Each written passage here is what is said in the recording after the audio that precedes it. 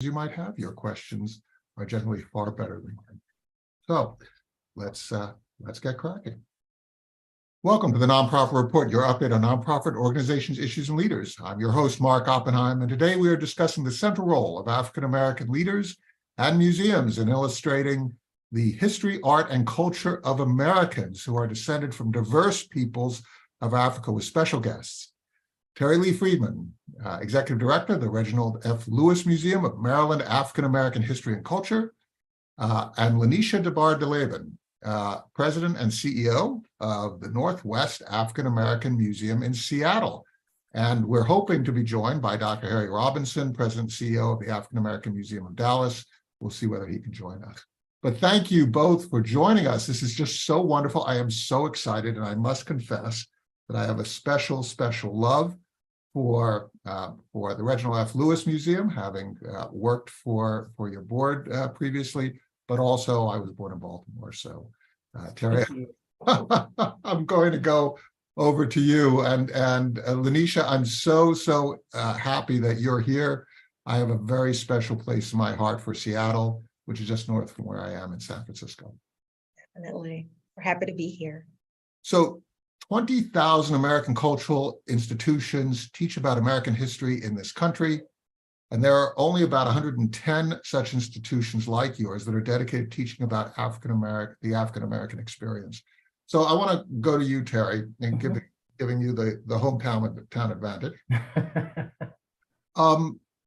So why is it important? You know, I'm of European extraction, right? My wife is of Philippine extraction. My friends are, you know, South Asian, East Asian extraction. Why is it important that all these individuals who are not of African-American extraction understand much more about the African-American history of this country and the culture and the contributions of African-Americans to the America that we have today? Well, first of all, let me just say thank you, Mark, for inviting me to be a part of this conversation. And I'm honored to be here with LaNesha, who has done an awful lot of work in Washington around her particular museum. So I can't wait to hear her say more. But it is that every person has their own experience.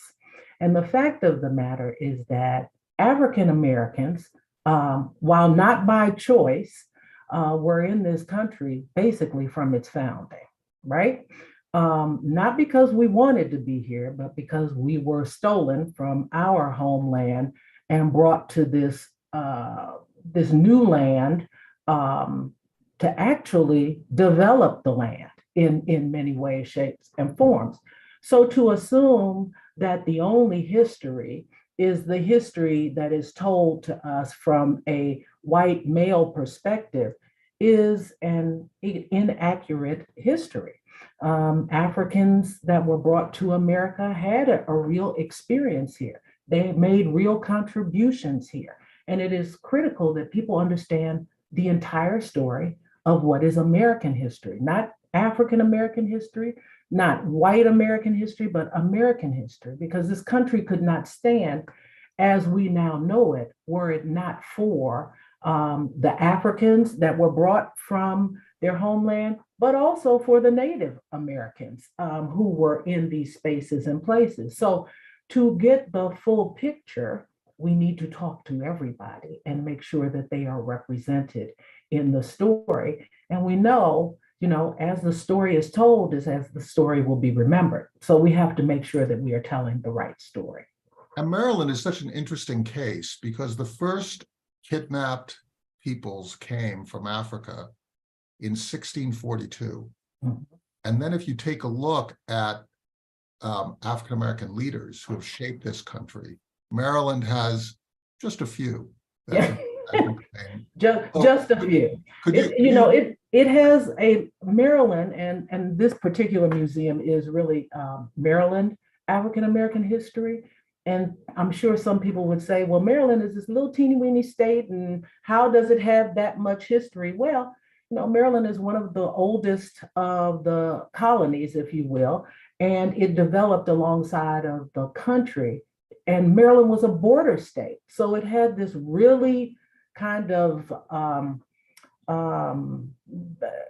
weird way of developing, with the largest number of free Blacks in any one place in Baltimore, yet they lived alongside of enslaved African Americans. And we also know that it was not uncommon for folks from the South to come to the North, or up South, let me put it that way, which is what Maryland is, up South, and steal people who were actually free and take them back down South. So Maryland had a very, very interesting history as the nation developed. And we had, as you said, Harriet Tubman from the Eastern Shore, Frederick Douglass from enslaved in Baltimore. He moved to Massachusetts, but enslaved in Baltimore, and got his freedom and up to Massachusetts. And then you go further into history, and you have people like Thurgood Marshall and Hamilton Houston and others who have been so significant in Banneker creating this nation, and some of the architects of some of the most important pieces of what we consider our nation's founding. So Maryland is a really interesting state in the entire ecosystem, if you will, of African American history. And Washington, equally interesting, right? A younger state, a state that was connected to the rest of the states through the railway systems that were built largely by African American, Chinese, and other immigrant labor. Talk a little bit, LaNesha, about how you see the museum in the ecosystem of museums that explain the African American experience over in Seattle. Mark, it's so good to be here with you and with my dear friend and sister Terri, who is a trailblazer in every way. Black museums from coast to coast are telling stories that are not being told in other spaces in society. These stories that we're telling are not being told in textbooks in schools and in other settings. Black museums are spaces where truth-telling information can be discovered by all. We are all at the same level of learning and self-discovery in Black museums. And here at the Northwest African American Museum in Seattle, we are telling those stories of pioneering innovation that African Americans explored, endured, created here. For Seattle to have established, for instance, an NAACP chapter as early as 1913. And 1914 in Portland, Oregon. I mean, these were pioneering social justice and civil rights activists. The fact that labor activists as well, right? The African American leaders of the labor movement were so incredibly important, in particular in a state like Washington and a state like Portland. Absolutely. There has been a long tradition of activism and progressive interracial uplift taking place here in the far West. And Black museums here are preserving those stories and educating and bringing people together in a way that is going to move the society toward equity, we believe. The thing that I think is also very interesting is if you take a look at the Reginald F. Lewis Museum, which is named for the first African-American billionaire, who incidentally bought one of my uncle's companies years ago. It's really interesting how through this persistence, through education, very often undercover, through the development of culture, that you've taken people whose own memory of where they came from was systematically destroyed and suppressed. The different cultures that people came out of sub-Saharan Africa largely, then they were able to reestablish cultures that were very regional, that were very unified, and that resulted in a social cohesion that now is finding expression in the greater culture of the United States, right? Earlier it was jazz, now it's hip hop, and now it's, you know, and other musical forms. But you've got this whole idea of how do you create your own identity forged out of destruction, right, Terri? You know, ours has always been an oral tradition. And we brought that over from Africa with the tradition of passing down stories orally from one generation to the next. And we continued that even during enslavement to ensure that the stories were told, that people had some memory of culture. And of course, as we've gone through additional generations, some of that has been watered down, but in other instances, it has not been. And the oral tradition today is very, very strong. So as you're talking about this whole idea of culture creators, I personally believe that Black people have been culture creators through time. It's almost like, you know, the Bible talks about people being the salt of the earth, giving flavor. Black people have always taken what was given to them and then morphed it into something that was different and something that other people actually wanted. We've done it with food, we've done it with music, we've done it with art. And we continue to do that. And this particular community in Baltimore, I think, is a very creative community. Many makers are here in this community. And to not recognize those contributions still, we are being short-sighted, and we are not allowing people to have the breadth and richness of community. And one of the things that I have found, as you talked about jazz and you talked about hip hop, these are music forms that everyone is, you know, partaking in. It's not just Black people, but that extra flavor that Blacks have always brought to whatever that situation was is a part of what creates culture. So Terri was talking about stories, LaNesha, this whole idea of an oral tradition. What kind of stories do you highlight in your museum for someone just walking in for the first time? You know, one thing that our museum did was created a traveling choir, a musical ensemble, to lift these stories that we tell off of the wall and to pop up in community and to tell these stories through music, through rhythm and rhyme. Talk about jazz and hip hop. We created this living arts experience, and we're a storytelling institution through music. And so our African American cultural ensemble is telling the stories of our ancestors, from enslavement to modern day social justice activism. You mean you're challenging the standard rules of how a museum should operate? Oh my goodness. In every shocked. way.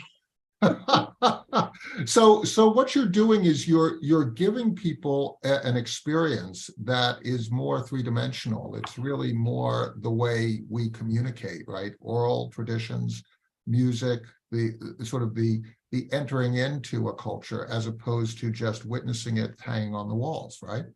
And these stories really stick with people. When you put a story to music, that tune does not go away. Mm-hmm. And so we are just empowering and inspiring people with the truth of our history in a way that they can relate to, mm-hmm. and in a way that brings people together. They find enjoyment, and sometimes, they're challenged to think differently through this medium of music. And I think that, I'm sorry, Mark, I just wanted to add that I do believe that music is also one of those things that brings people together, right? And people like music. But we've also learned that there are other ways in addition to music and dance and, even visual art that is being created in museums on the spot.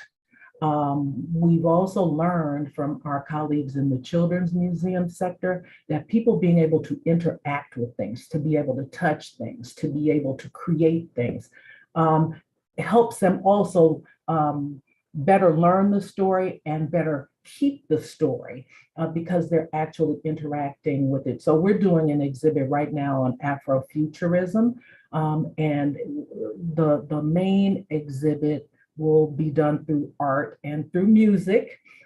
We came up with a Spotify playlist of songs that are futuristic, and then they can go down to the lower level Imaginarium, where they can actually think about what's the future that they would create for Black people as we move forward. So they get to write, they get to draw, they get to connect to different people's thoughts. And it's really a different type of look at what we think museums are and how we tell these stories. You're also taking a constraint and you're making it into a benefit. Material culture of African-American peoples have throughout history been destroyed or been disrespected, right? You see that with the earlier views of the art of quilt making, for example, which now has become much more accepted and embraced as a true art form and cultural storytelling. But there is a lot that has been destroyed over the years because people who do not have very much and people who have been under attack for their culture end up having a lot of objects destroyed. How do you deal with the fact that it's difficult to find objects that have been preserved of cultural significance to display other than through storytelling? You know, that is a challenge, Mark. And one thing that we have created at the museum here is a youth curator program to ensure that young people are trained in preservation and education of our culture, of our history. And so we have had a youth curator program for the last 15 years. And in the more recent years, they have been producing animations of African-American history and culture. And so when there is material culture, even when there is not, there is still a legacy to be preserved and to be shared. And so our youth curators are creating literally cartoon characters. They're being trained on how to produce an animation that tells the story in a way that their peers can relate to and can enjoy and can learn from. And so this is the second year of their Black History cartoon animation training. Well, this is a place where everyone can become a hero of being an advocate for a cultural heritage, being an advocate for knowledge transfer, and being an advocate for respect. We just asked for full understanding of American history, is it important that every American also have a grounding in the history, art, and culture of African Americans? And 100% of the people who responded, now, mind you, we have a select audience here, said absolutely, it is absolutely critical to do that. I want to ask you about the culture wars, because I know that we're all inundated with this idea coming out of Florida in particular, where there is this sense that state governments, in that particular case, the Florida state government, is objecting to the teaching of African American history as put together by academics. Talk a little bit about how you see this act within a historical context, because your museums are talking about the history of interactions between different segments of America and African Americans. LaNesha, what do you see? How do you respond to that type of opposition to certain types of stories being shared with young people? I go to the wise words of our ancestors, those who came before, who saw this before us. This is not the first time. It's not you. Exactly. So I think about the words of James Baldwin, who said that history is something that we can't escape. We can't deny it. We can't cut it off of the curriculum. We are inextricably, controlled by this history. We are a part of this history. And so when we are striving to deny the history, to deny this American path that we've been on together, we're in a sense engaged in self-denial as a society. And that is never a good thing. And so we have to continue to rise up and persist in being inclusive in our history telling. Should my 6-year-old Terri, should my 6-year-old know that certain people were enslaved by certain other people? Absolutely. I don't understand why we wouldn't. We don't have to terrorize our young people, nor do we have to blame anyone. But the facts are the facts. And the fact of the matter is that we did not choose to come to this country. We were identified as property, and being able to work the land to make sure that the land was as profitable as it could be for a particular group of people. Those are the facts. Now, many years have gone by, and things are different to some degree, but it's also important for the 6-year-old to know that there are differences in experiences in how one person's day is when they wake up and come to school, and how another person's day is when they wake up and come to school, and that's okay. We can have differences and we can have same experiences, but each of us are individual, and each of our experiences count. That's what I think is the most offensive part of what is going on in Florida, is that the suggestion is that my history has no worth. It has no value. We're going to continue to teach history. We're just not going to teach your history. What you're basically saying is that if you start from the idea of facts, right? Now, you might teach different lessons to a 6-year-old that you would teach to a 16-year-old that you would teach to a 26-year-old, but you start with the facts and you teach the facts, right? You scale it for the age. Right, LaNesha? I mean, you use music because we learn better through music or whatever it is, but you start with facts. You don't suppress facts, right? And that's the beauty of African American museums. We are a resource, and we have resources to make this history accessible, understandable, and relatable to people of all generations, from, early readers to elders. And so Black museums are such gems for cultural and educational empowerment. We have a role to play.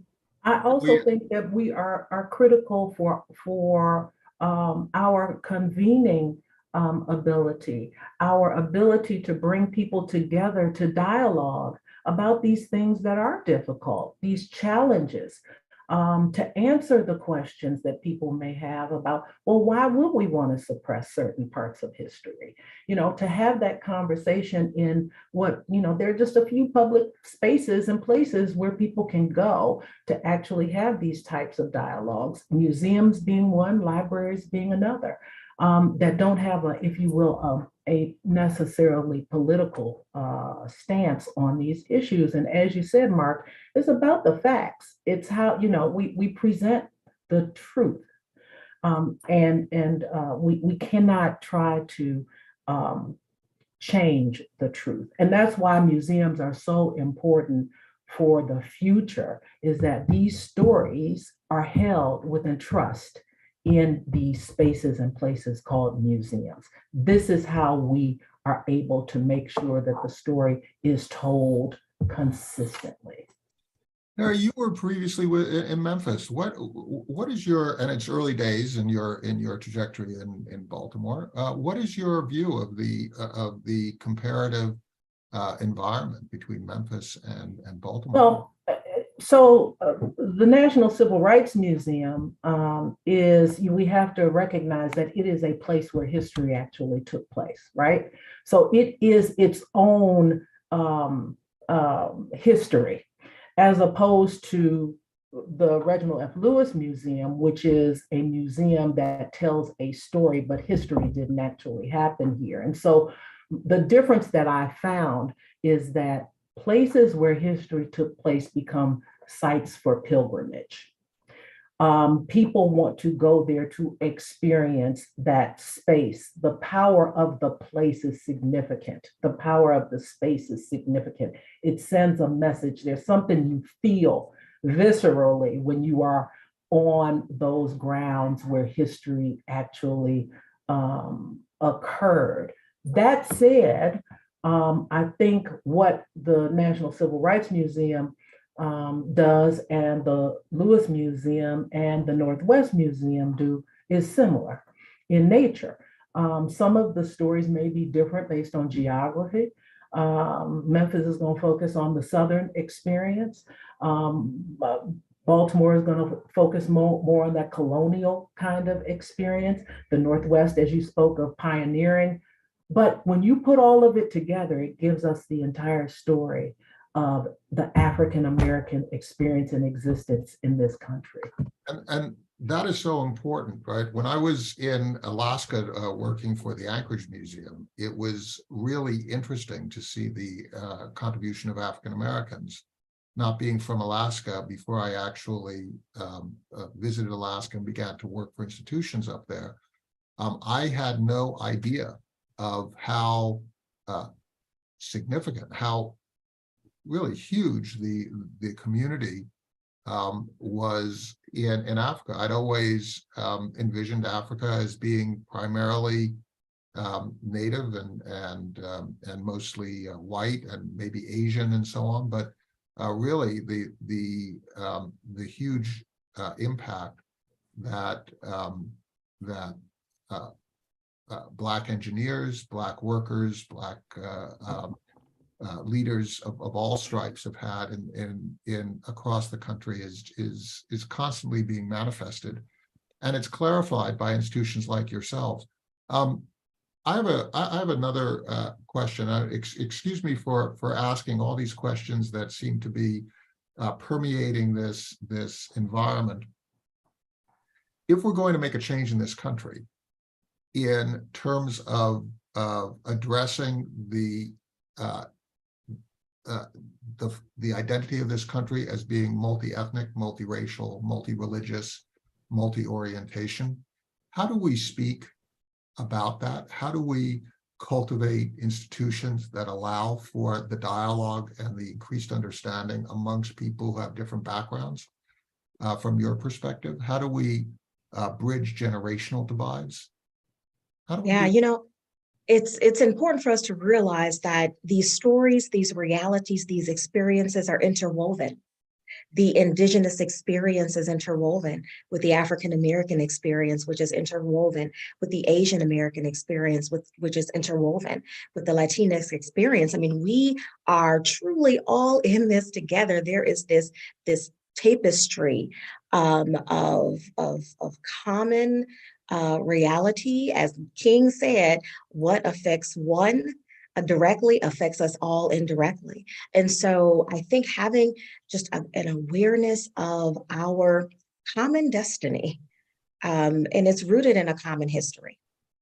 Is it a matter of celebrating difference while also, I wouldn't say overcoming it, but just sort of celebrating difference, but also understanding the commonality here? I mean, the experience that your forebears had of being kidnapped and having their cultures destroyed is very similar to what happened in certain respects to Native peoples here in this country. It's very similar to an Asian person who came to this country in the 50s, 60s, and they were told that that their cultures had no significance. Isn't it also true that we have so much in common that we just actually need to be talking about it, right? Well, absolutely. I mean, we know that. I think it's something like we are, as human beings, we're something like 96% the same. And I think it's actually like 98% the same. And then you have this 2% that creates the differences that we see. But even in the differences that we see, I believe that our desires for life, liberty, and the pursuit of happiness basically are the same. All of us want better for our children. All of us want to live in safe communities. All of us want to breathe fresh air and have fresh water. All of us want access to quality education, quality cultural experiences. These are common things that human beings want. Our experience, how we got to this point, may be different, but what's important is that people become aware of these different experiences. And then that we recognize that those differences are what make us such an incredibly interesting place and community, that we can have all of these different experiences, yet we can have these common interests. And the fact that we got away from this whole melting pot idea where we just put everything in, melt it all down to one thing, and you have this kind of thin, watery soup, and we more look at ourselves now as a wonderful stew that has all of these different pieces, and it's that much more interesting because, oh, I'm going to get a taste of this Latino experience, or oh, I'm going to better understand the. And our kids are doing it, right? I mean, the crossover in the culture is just amazing. LaNesha, I'm going to give you the last word, and I want to also thank you both for tolerating my ignorance. Will Rogers said that everyone's ignorant only in different subjects. The fact is that when we come together like this, you're hearing questions from someone who comes gropingly toward knowledge that you possess. So thank you. Thank you for sharing with me, and thank you for tolerating my ignorance. That's a gift that you're giving me in terms of how you're answering these questions that I'm trying to bring to you from others and also from myself. LaNesha, give us your final word on how we should think about African-American culture in this next century. Mark, thank you for having us. It has been a joy for Terri and I to be together and with you this morning. I am reminded of a statement that James Baldwin said to Angela Davis in a letter he wrote. He said, if they come for you in the morning, they'll be coming for us in the evening. Therefore, peace. And that is what Black museums are all about. They're all about lifting all of us up, coming to a greater understanding of this broader American experience so that we can all become our best selves. When there is a void of knowledge, of understanding, there is a void within ourselves. And we're just striving as Black museums to help us all fulfill our highest potential. Every single person in this nation is made better by museums. From ideas expressed in part by slaveholding white men to the realization of those ideas by a diverse society, including the descendants of slaves that were held by those white men. The idea of life, liberty, and the pursuit of happiness is really being fulfilled in storytelling, in the history that you expressed. Terri Lee Freeman, Executive Director, Reginald F. Lewis Museum of Maryland African-American History, and LaNesha DeBardelaben, President and CEO of the Northwest African-American Museum in Seattle. Thank you so much. Please thank your boards, your staffs, your curators, your volunteers, your singers, LaNesha. Thank you so much for your funders and for your community, and thank you so much for sharing your wisdom with us. Really appreciate it. Thank you.